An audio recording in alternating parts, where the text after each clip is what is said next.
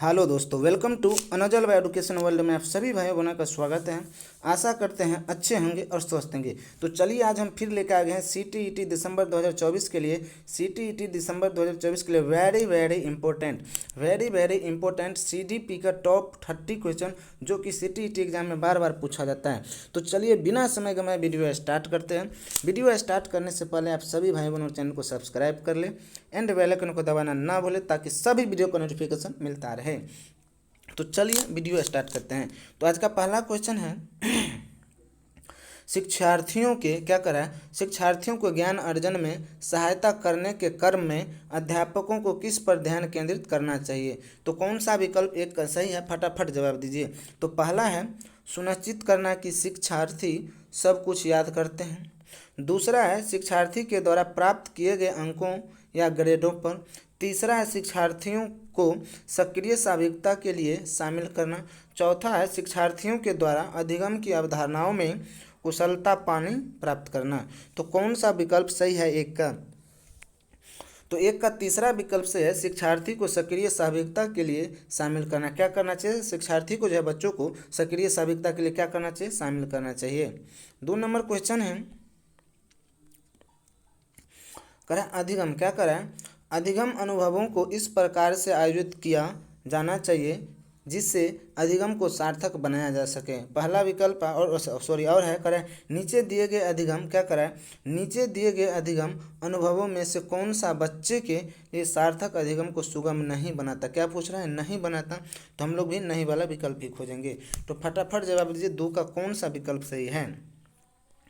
विषय वस्तु को केवल क्या करें? विषय वस्तु की केवल याद करने के आधार पर पुनरावृत्ति। दूसरा है विषय वस्तु पर प्रश्न बनाना। तीसरा है प्रकरण पर परिचर्चा और वाद विवाद। चौथा है प्रकरण पर प्रस्तुतिकरण। तो कौन सा विकल्प यानी गलत है तो वही सही होगा। तो पहला ही विकल्प गलत है तो यानी 2 का पहला ही विकल्प सही है। 3 नंबर क्वेश्चन है ये रहा। कह रहा है कि क्या करा आवर्जक। क्या करा आर्जवक तर्क देता है। क्या देता है? तर्क देता है कि भाषा विकास व्यक्ति की नैसर्गिक क्या करें नैसर्गिक प्रवृत्ति से प्रभावित होता है, जबकि सोनाली महसूस करती है कि यह परिवेश से प्रभावित होता है। आर्जवक और सोनाली के बीच यह चर्चा किस विषय में है? फटाफट जवाब दीजिए कौन सा विकल्प 3 का सही है। चुनौतीपूर्ण तथा संवेदनशील भावना, स्थिरता तथा अस्थिरता पर बहस, सतत और असतत अधिगम, प्रकृति तथा पालन पोषण पर वाद विवाद। तो कौन सा विकल्प से है? 3 का चौथा विकल्प से है प्रकृति तथा पालन पोषण पर क्या होना चाहिए? वाद विवाद होना चाहिए। 4 नंबर क्वेश्चन है कह रहा है निम्नलिखित में से क्या करा है निम्नलिखित में से कौन सा बच्चों के समाजीकरण के प्रगतिशील मॉडल के संदर्भ में सही क्या है? नहीं है, यानी नहीं वाला पूछ रहा है। तो चलिए ढूंढते हैं। पहला विकल्प है समूह कार्य में। क्या करें? समूह कार्य में सक्रिय सहभागिता तथा सामाजिक कौशल को सीखना। दूसरे है बच्चों के लिए क्या करें बच्चों विद्यालय में बताई गई बातों को स्वीकार करते हैं चाहे उनकी सामाजिक पृष्ठभूमि कुछ भी हो। तीसरा है कक्षा में प्रजातंत्र। क्या करें? कक्षा में प्रजातंत्र के लिए स्थान होना चाहिए। चौथा है समाजीकरण सामाजिक नियमों का अधिग्रहण। तो 4 का कौन सा विकल्प सही है? दूसरा विकल्प सही है। कौन सा? दूसरा विकल्प सही है। 5 नंबर क्वेश्चन है चलिए ये रहा 5 नंबर। कह रहा है कोई भी नाराज हो सकता है। बिल्कुल सही बात है, यह आसान है, परंतु एक सही व्यक्ति के ऊपर सही मात्रा में सही समय पर सही उद्देश्य के लिए तथा सही तरीके से नाराज होना आसान नहीं है। यह संबंधित है। किससे संबंधित है? फटाफट जवाब दीजिए 5 का।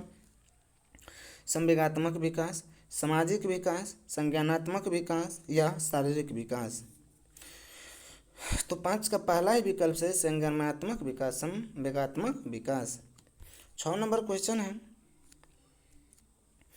जब करें बच्चे तब सर्वाधिक सृजनशील होते हैं। बच्चे तब सर्वाधिक सृजनशील होते हैं जब वे किसी गतिविधि में भाग लेते हैं। ये पहला है शिक्षक की डांट से बचने के लिए, दूसरे के सामने अच्छा करने के दबाव में आकर, अपनी रुचि से या पुरस्कार के लिए। तो 6 का तीसरा है विकल्प से अपनी रुचि से। क्या चीज़ से? अपनी रुचि से।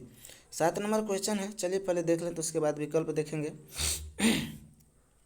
बाल केंद्रित क्या करें, बाल केंद्रित शिक्षा शास्त्र का अर्थ है, बाल केंद्रित शिक्षा शास्त्र का जो है क्या अर्थ है, बच्चों को नैतिक शिक्षा देना। दूसरा विकल्प देख लेते हैं, करा है बच्चों को शिक्षक की अनुगमन क्या करें, बच्चों को शिक्षक का अनुगमन का अनुकरण करने के लिए कहना।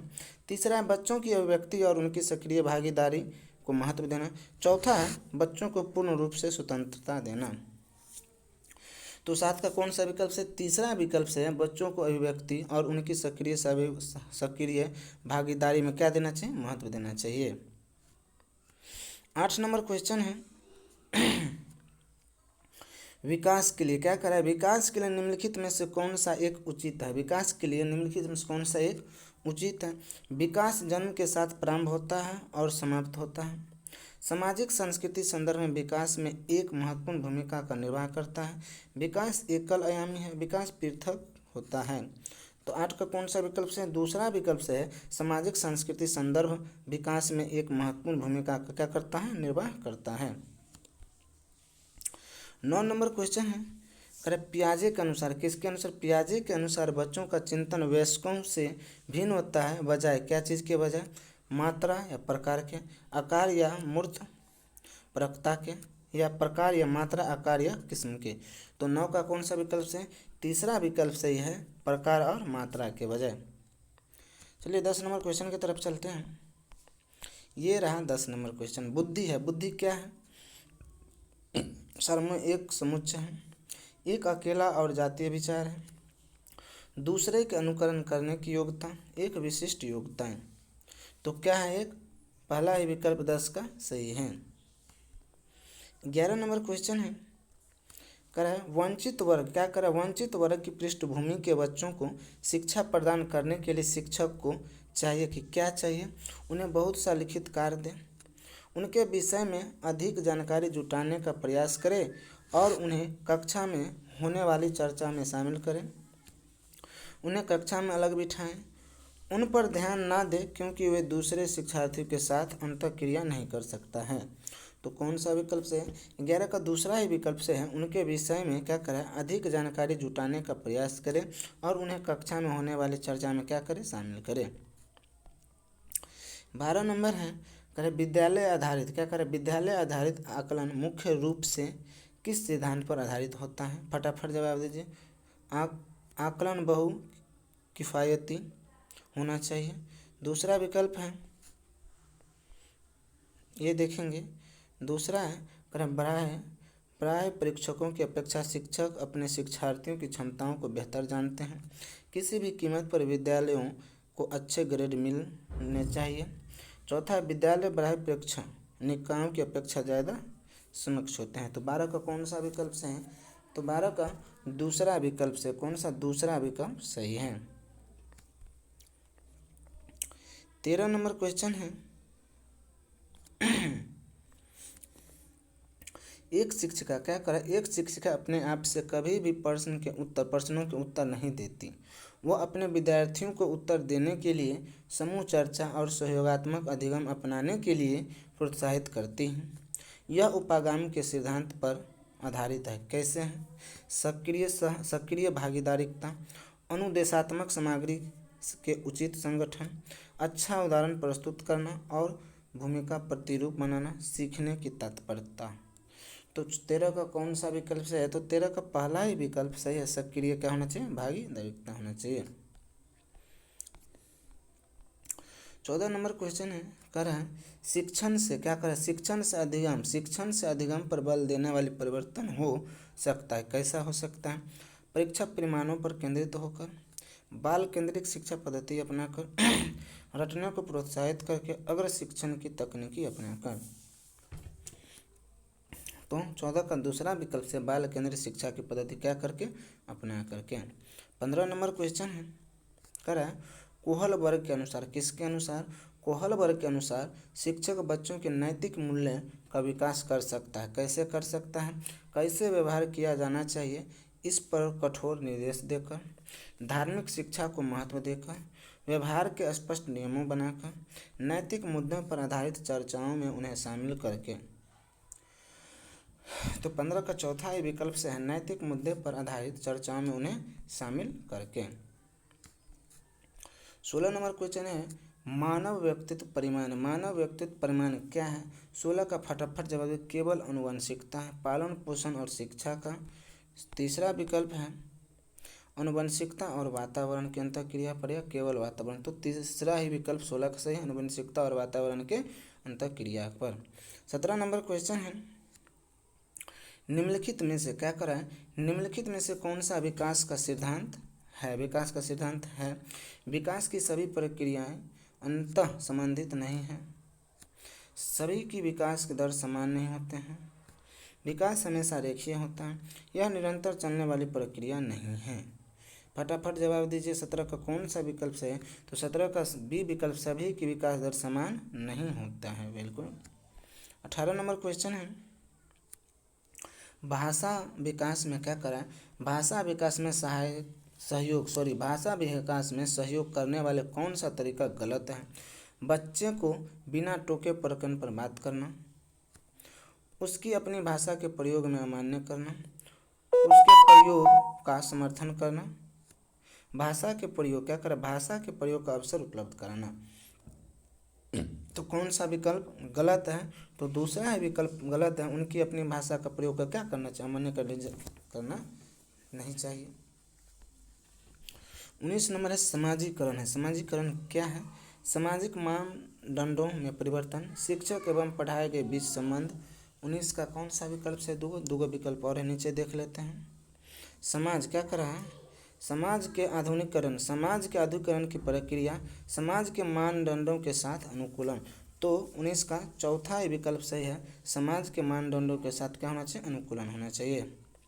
20 नंबर क्वेश्चन है हार्वर्ड गार्डनर का बहुबुद्धि का सिद्धांत क्या करा है? हार्वर्ड गार्डनर का बहुबुद्धि का सिद्धांत डैश पर बल देती है, क्या चीज़ पर देती है? शिक्षार्थियों में अनुबंधित कौशल, सामान्य बुद्धि, विद्यालय में आवश्यक समान योग्यताओं या प्रत्येक विद्यार्थियों की विलक्षण योग्यताओं। तो कौन सा 20 का सही है? तो 20 का चौथा ही विकल्प से है, प्रत्येक व्यक्तियों की विलक्षण क्या होना चाहिए? योग्यताएं होना चाहिए। 21 नंबर क्वेश्चन है सतत और व्यापक मूल्यांकन क्या कर रहा है? सतत और व्यापक मूल्यांकन डैश पर बल देता है, क्या है? बोर्ड परीक्षाओं की अनावश्यकता पर, सीखने की सुनिश्चित करने के लिए व्यापक स्केल पर निरंतर परीक्षण, सीखने को किस प्रकार अवलोकित, रिकॉर्ड और सुधारा जाए इस पर, शिक्षण के साथ परीक्षाओं का सामंजस्य पर। तो 21 का कौन सा विकल्प सही है? तो 21 का तीसरा विकल्प सही है, सीखने को किस प्रकार अवलोकित, रिकॉर्ड और सुधार की जाए इस पर। 22 नंबर क्वेश्चन है कह रहा है एक समावेशी विद्यालय। एक समावेशी विद्यालय क्या है? ये रहा ऑप्शन। कह रहा है शिक्षार्थियों की उनकी नियोक्ताओं के अनुसार उनकी सीखने की आवश्यकताओं को निर्धारित करता है। दूसरा है शिक्षार्थियों की क्षमताओं की परवाह किए बिना सभी के अधिगम परिमाणों को सुधार करने की प्रतिबद्धता होता है। शिक्षार्थियों के मध्य अंतर करता है और विशेष रूप से समक्ष बच्चों के लिए कम चुनौतीपूर्ण उपलब्ध लक्ष्य निर्धारित करता है। चौथा विकल्प है विशेष रूप से क्या करें? विशेष रूप से योग्य शिक्षार्थियों के अधिगम परिमाणों को सुधारने के लिए विशिष्ट रूप से प्रतिबद्धता होता है। तो 22 का कौन सा विकल्प सही है? तो 22 का दूसरा विकल्प से। कौन सा विकल्प से है? दूसरा विकल्प से है शिक्षार्थियों की क्षमताओं की परवाह किए बिना सभी के अधिगम परिमाणों को सुधार करने के लिए प्रतिबद्ध होता है। 23 नंबर क्वेश्चन है अधिगम नियोक्ता। अधिगम नियोक्ता क्या है? समुचित निवेश क्या करें? समुचित निवेश के साथ सुधार योग्य नहीं होती, एक स्थिर अवस्था है, एक चर अवस्था है, जरूरी नहीं है कि कार्य पद्धति की हानि करे। तो 23 का कौन सा विकल्प से है? 23 का तीसरा विकल्प से एक चर अवस्था है, क्या है? एक चर अवस्था है। 24 नंबर क्वेश्चन में बुद्धि के बारे में क्या करें? बुद्धि के बारे में निम्नलिखित कथनों में से कौन सा सही है? कौन सा कथन सही है? 24 का पहला विकल्प है बुद्धि बहुआयामी है, जिसमें बुद्धि परीक्षणों के द्वारा पूर्ण रूप से परिमेय न की जाने वाली कई योग्यताएं शामिल है। दूसरा बुद्धि अभिसारी क्या करे? बुद्धि अभिसारी रूप से सोचने की योग्यता है। बुद्धि अनुभव के परिमाण क्या करे? बुद्धि अनुभव के परिमाण के रूप में व्यवहार में एक अपेक्षाकृत अस्थायी परिवर्तन है। चौथा है बुद्धि। बुद्धि एक आनुवंशिक विशेषक है जिसमें मानसिक गतिविधियाँ जैसे स्मरण, तर्क शामिल होते हैं। तो 24 का कौन सा विकल्प से? 24 का पहला ही विकल्प से है बहुबुद्धि। क्या कर है? बुद्धि बहुआयामी है जिसमें बुद्धि परीक्षणों के द्वारा पूर्ण रूप से परिमेय न की जाने वाली की योग्यताएं शामिल है। 25 नंबर क्वेश्चन है, कह रहा है बच्चों, क्या कर रहा है? बच्चों और उनके अधिगम, बच्चे और उनके अधिगम के संदर्भ में निम्नलिखित कथनों में से कौन सा सही है?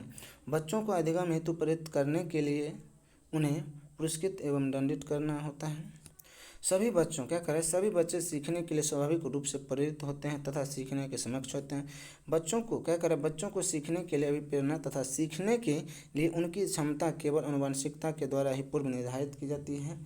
तो 25 का कौन सा विकल्प से है? दूसरा ही विकल्प से है, सभी बच्चे सीखने के लिए स्वाभाविक रूप से प्रेरित होते हैं तथा सीखने में क्या होते हैं? समक्ष होते हैं।